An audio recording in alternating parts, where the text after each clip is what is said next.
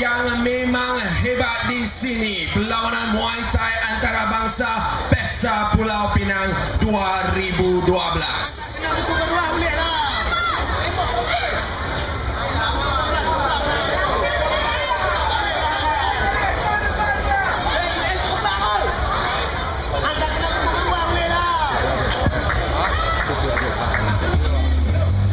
Ladies and gentlemen, the main event fight between View the Future versus Hafiz Kuda Kepang for the win.